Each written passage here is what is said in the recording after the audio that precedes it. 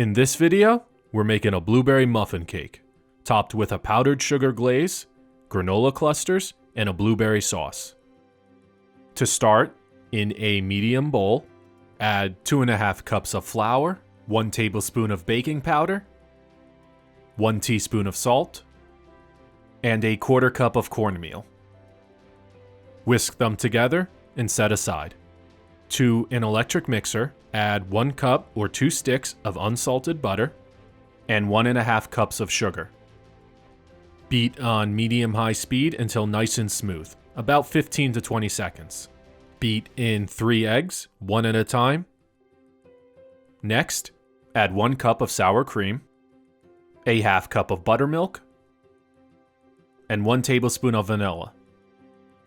Reduce the speed to medium-low and beat until well combined. Reduce the speed once again, this time to low, and beat in the flour mixture a little bit at a time. Add 2 cups of blueberries and fold in. The flour helps keep them intact, preventing them from bursting in the batter. The batter will be thick, so try to be gentle as you fold them in. If a few break, it's okay. Pour the batter into a prepared bundt pan, greased with butter and dusted with at least 2 tablespoons of flour. The flour is one of the most important parts to having your cake come out in one piece and not stick to the sides of the pan. Smooth out the top. Give the bottom a few taps to get rid of any air pockets. Then bake at 350 degrees for 60 to 65 minutes or until a toothpick inserted into the center comes out clean. In the end, it should look something like this. Let the cake cool in the pan for at least 35 minutes before removing it. While the cake cools, we make our blueberry sauce. In a small saucepan over medium heat, add 2 cups of blueberries, a 1/2 cup of water, and a 1/2 cup of sugar.